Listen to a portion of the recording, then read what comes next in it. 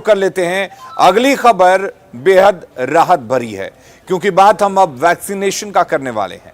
Vaccination की बात करें तो वैक्सीनेशन अब 1 मई से तीसरे चरण की शुरुआत होने जा रही है। आपको बता दें कि इसमें 18 साल के ऊपर के सभी लोगों को वैक्सीन लगाया जाएगा और इसको लेकर तैयारियां भी शुरू हो गई हैं। अस्पताल की हालात क्या है, यह आपने छपरा की रिपोर्ट में देख ली है। और आपको बता दें कि करीब करीब ऐसे ही हालात राज्य ही नहीं बल्कि देश के सभी अस्पतालों के हैं।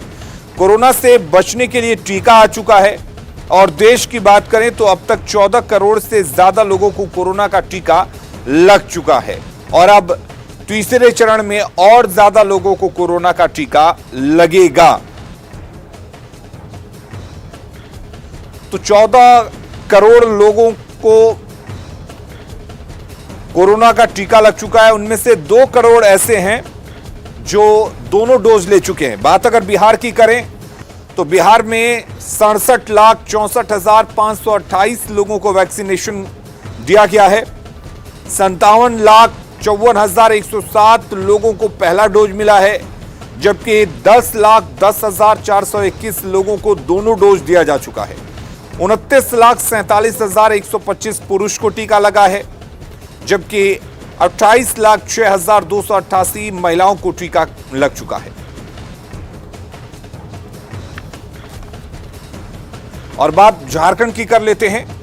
झारखंड में अगर टीकाकरण की बात करें तो 30 लाख से ज्यादा लोगों को झारखंड में टीका लग चुका है।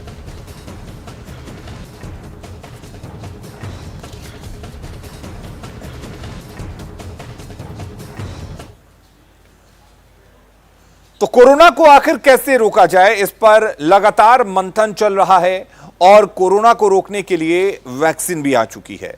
अब तक 45 साल के ऊपर के लोगों को कोरोना की वैक्सीन दी जा रही थी, लेकिन अब 1 मई से 18 साल के ऊपर के लोगों को वैक्सीन दी जाएगी। ऐसे में उम्मीद की जानी चाहिए कि वैक्सीनेशन के इस चरण के बाद कोरोना पर लगाम जरूर लगेगी।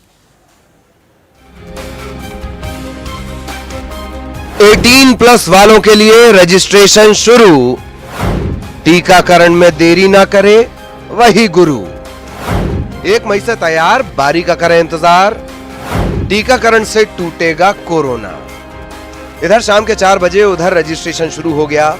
कोविन, आरोग्य सेतु और उमंग ऐप के जरिए लोगों ने रजिस्ट्रेशन कराना शुरू कर दिया। हालांकि हैवी ट्रैफिक की वजह से शुरुआत में वेबसाइट में दिक्कत देखने को मिली। वेबसाइट और ऐप में दिक्कत की शिकायत के बाद आरोग्य सेतु ने ट्वीट कर कहा कि कोविन पोर्टल अब ठीक से काम कर रहा है। शाम के 4 बजे मामूली दिक्कत आई थी।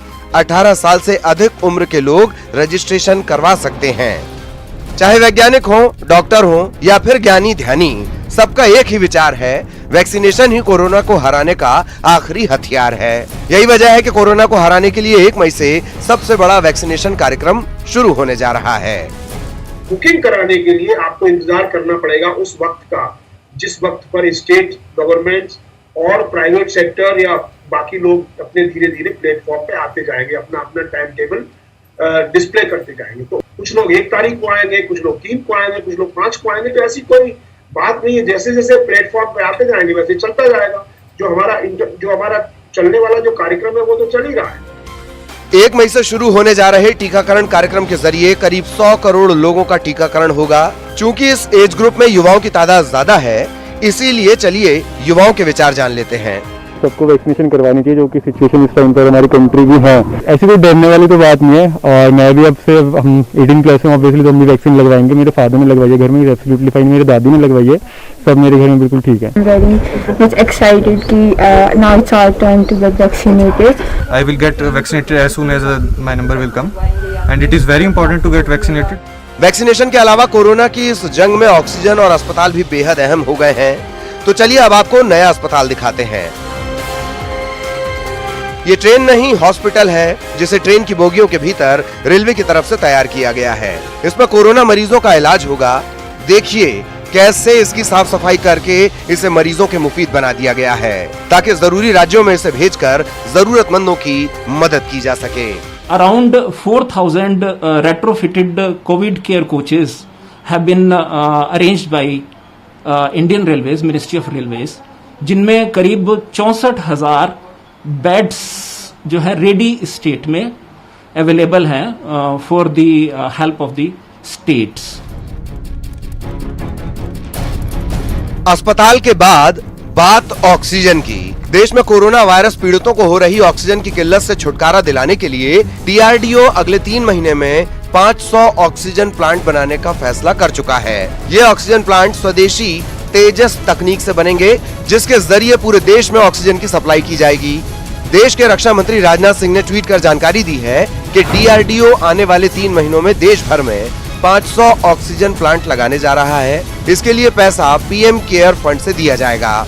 आपको बता दें कि बढ़ते कोरोना वायरस संक्रमण के बीच चुनाव आयोग ने 2 मई को होने वाली मतगणना के लिए नई गाइडलाइंस जारी की हैं, जिसके मुताबिक काउंटिंग वाले दिन कोई भी उम्मीदवार बिना आरटीपीसीआर की नेगेटिव रिपोर्ट या दोनों वैक्सीन लिए काउंटिंग सेंटर पर नहीं जा सकेंगे। काउंटिंग सेंटर पर भीड़ जमा नहीं होने दी जाएगी। कोरोना लक्षण जैसे बुखार, जुकाम आदि वाले किसी भी शख्स को काउंटिंग सेंटर में दाखिल नहीं होने दिया जाएगा। काउंटिंग सेंटर में सोशल डिस्टेंसिंग का कड़ाई से पालन करना होगा। काउंटिंग सेंटर में एजेंटों के लिए पर्याप्त संख्या में पीपीई किट होनी चाहिए। सभी काउंटिंग सेंटर पर mask, sanitiser, face shield, gloves की उचित व्यवस्था हो। काउंटिंग सेंटर के गेट पर लिखा होना चाहिए कि अंदर क्या करना है और क्या नहीं करना है। Bureau report, news 18 network.